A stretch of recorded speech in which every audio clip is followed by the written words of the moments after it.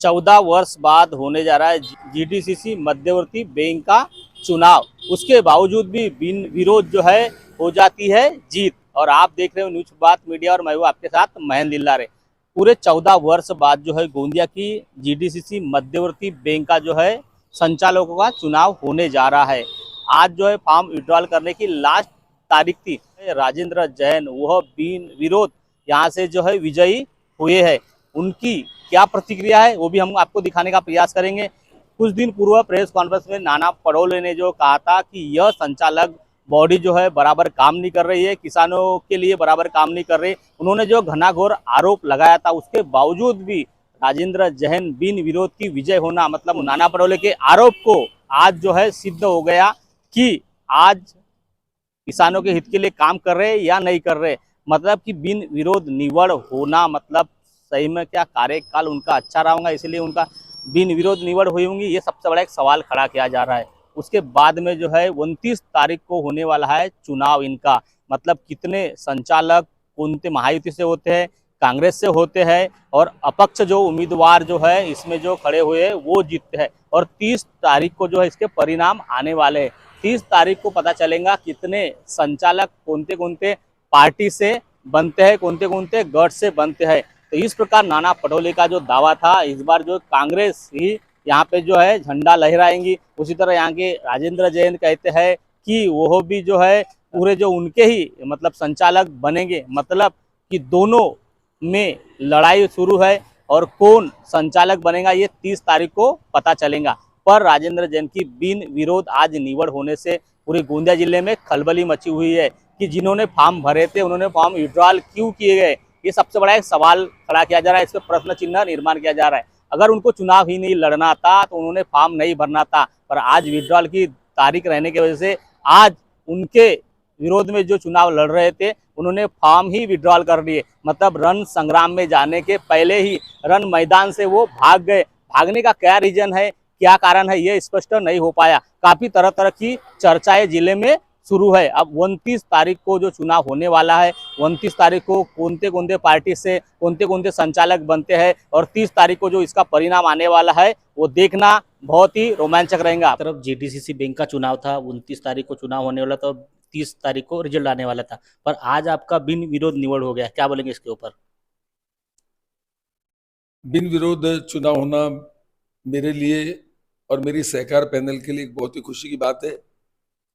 और जिन भी परिस्थितियों में और एक बहुत अच्छे वातावरण में हमें सहकार पैनल के माध्यम से जो चुनाव लड़ रहे हैं उसमें एकमात्र हमारा उद्देश्य ये है कि जिस तरह से हमने बैंक की उन्नति और प्रगति की है उसी के मद्देनजर आज मुझे बिन विरोध पुनः बैंक में जो जाने का मौका मिलेगा तो निश्चित रूप से एक भावना तो बहुत अच्छी है ही।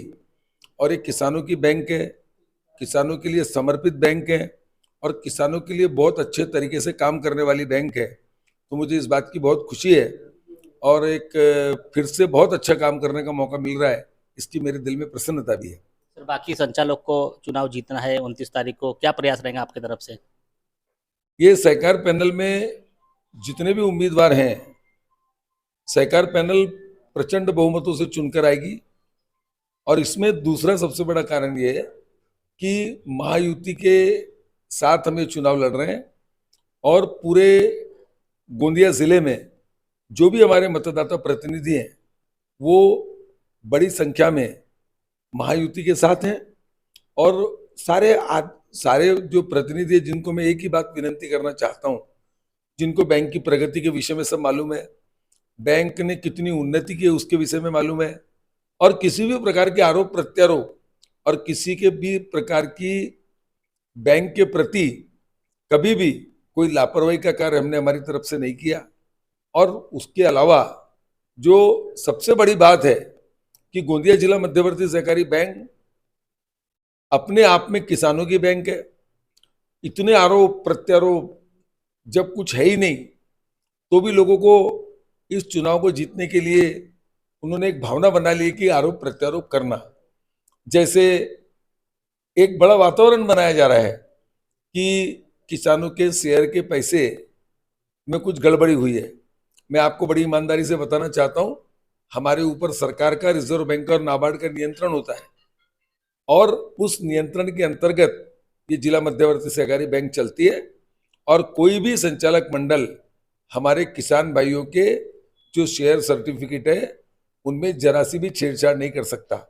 उनके शेयर सुरक्षित रहेंगे, सुरक्षित हैं। और कभी भी एक बात का निर्णय संचालक मंडल ने लिया और निश्चित रूप से संचालक मंडल का निर्णय जो भ्रम फैलाया जा रहा है कि शेयर की राशि लोन में जमा की जाएगी, ये बिल्कुल गलत और बेवजह बेबुनियाद बात है। शेयर सुरक्षित है और आने वाली आम सभा में इसको और अधिक तरीके से स्पष्ट करके किसानों के हित में सारे निर्णय लिए जाएंगे। और आज की वर्तमान परिस्थिति में गोंदिया जिला मध्यवर्ती सहकारी बैंक ने 230 करोड़ का करीब करीब 34,900 किसानों को इस वर्ष का किसानों को जो कर्ज वाटप करती है बैंक, तो बैंक ने अपने रिकॉर्ड के मुताबिक, अपने टारगेट के मुताबिक बैंक बहुत अग्रणीय तरीके से किसानों को ऋण वाटप कर रही है और बैंक सदैव किसानों के लिए समर्पित है। ये किसानों की बैंक है और किसी भी प्रकार का किसानों का नुकसान या बैंक के माध्यम से किसानों को किसी भी प्रकार की परेशानी हमारा संचालक मंडल और आगे भी हम कभी बर्दाश्त नहीं करेंगे। आरोप होना, प्रत्यारोप होना ये चुनाव में स्वाभाविक बात है। हमारा केवल एक ही लक्ष्य है, ये किसानों की बैंक का और किसानों का हमेशा कैसे भला कर सके, कैसे फायदा कर सके और उसी में हम काम करते रहेंगे। सर, नाना भाऊ आपके ऊपर या संचालकों के ऊपर घना घोर आरोप लगाते हैं कि ये किसानों के हित के लिए काम नहीं करते और आज जो है आपका बिन विरोध निवड हो गया, क्या संदेश उनको देना चाहेंगे आप? मैं किसी भी प्रकार का आरोप प्रत्यारोप को इसलिए मान्य नहीं करता कि आरोप और प्रत्यारोप चुनाव में सामान्य बात है। आरोप और प्रत्यारोप वो लोग करते हैं जिनको मालूम पड़ जाता है कि उनकी धरती खसक रही है। हमारे विरोध में लड़ने वालों को निश्चित रूप से पता है कि जिस जिला मध्यवर्ती सहकारी बैंक में किसी भी परिस्थिति में वो चुनकर आ नहीं सकते। जिला मध्यवर्ती सहकारी बैंक के विरोध में कुछ बोलने के लिए नहीं है।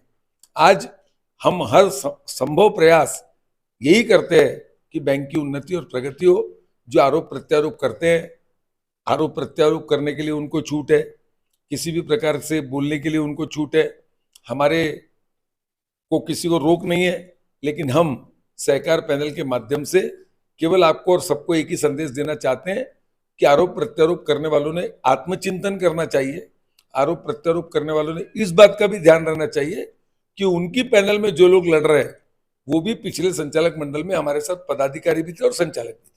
सर, नाना भाऊ तो कहते हैं कि कांग्रेस का झंडा लहराएगा 30 तारीख को जो रिजल्ट आने वाला है, और आप कहते हो आप लोग झंडा लहराएंगे। आई तुम्हें 3 तिगाड़ा काम बिगड़ा, ऐसा उनका कहना है। इसके ऊपर क्या जवाब देंगे उनको?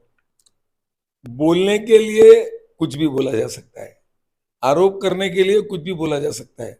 मैं ज्यादा ना बोलते हुए आपको इतना ही कहना चाहता हूं और सभी मतदाता भाइयों से यही विनती करना चाहता हूं, यही बताना चाहता हूं, आपके आशीर्वाद से मतदाता भाइयों के, किसानों के, सामान्य प्रतिनिधियों के, हमारे सभी लोगों से एक ही हाथ जोड़ के विनती है, इस बैंक की प्रगति और उन्नति को देखते हुए निश्चित रूप से हमारी सहकार पैनल का झंडा 30 तारीख को बड़े शान के साथ इस बैंक पर आएगा और पूरे बहुमत के साथ 100% हम लोग विजयी होंगे। सर, एक आखिरी सवाल, बड़े नेता कहते हैं कि इस बार राजेंद्र जैन साहब ही अध्यक्ष बनेंगे, क्या रहेंगे आपका? ये निर्णय मेरा नहीं होता है।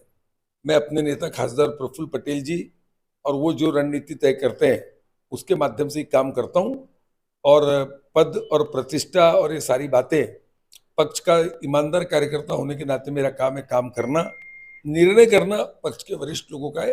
वो जैसा निर्णय रहेगा वो मुझे मान्य रहेगा। Thank you sir. यह चुनाव भी काफी महत्वपूर्ण होता है, मतलब कम वोट में सिलेक्शन होना होता है। अब आगे क्या निर्णय आता है, नाना पटोले जो कह रहे हैं उनका परचम लहराएगा या राजेंद्र जैन कह रहे हैं उनका परचम लहराएगा, ये 30 तारीख को पेटी खुलने के बाद राज खुलेगा और कौन अध्यक्ष, उपाध्यक्ष, सचिव और कौन संचालक बनते हैं ये भी दिखाने का प्रयास करेंगे। महेंद्र लीलारे, न्यूज प्रभात मीडिया, गोंदिया। अब आपकी समस्या तूफान की तरह सरकार तक। न्यूज प्रभात मीडिया।